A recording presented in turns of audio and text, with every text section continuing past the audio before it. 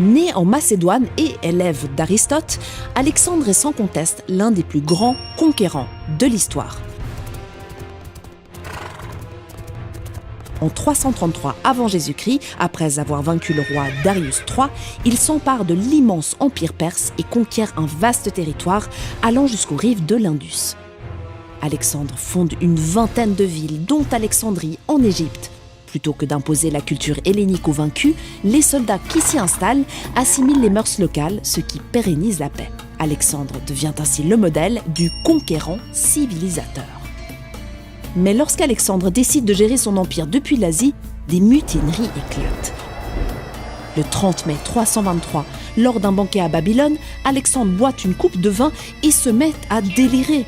La fièvre l'emporte le soir du 10 juin, à l'âge de 32 ans seulement. Si les historiens supposent qu'il est mort de paludisme, une rumeur se propage dès 317 avant Jésus-Christ.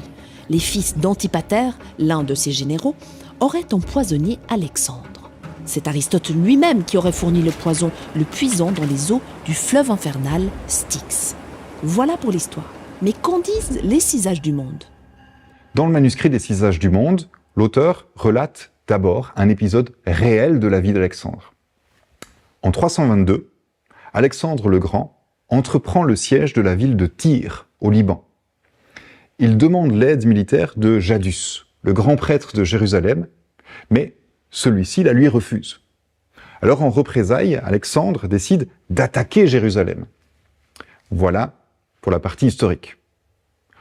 Le manuscrit, lui, poursuit l'histoire en s'inspirant cette fois d'une légende juive du 1er siècle avant Jésus-Christ. Il raconte que lorsqu'Alexandre arrive à Jérusalem, tous les prêtres l'accueillent en priant. Ému par tant de piété, Alexandre tombe à genoux devant Jadus et se convertit au judaïsme. Dès lors, ses succès militaires se multiplient, évidemment. Le parallèle que dresse le manuscrit avec la vie de Jules César est flagrant. Après la description des conquêtes, arrive un point de bascule. Si l'orgueil a engendré la perte de César, l'humilité et la piété d'Alexandre font de lui un monarque idéal. Le parallèle avec Jules César se poursuit jusqu'à la description de la tombe d'Alexandre, sur laquelle il serait inscrit « Ici gît Alexandre de Macédoine, qui par le fer ne put jamais être vaincu. Mais il fut vaincu par le venin. » Si la mort par empoisonnement est perçue au Moyen-Âge comme indigne, elle montre ici paradoxalement qu'Alexandre n'a jamais été vaincu.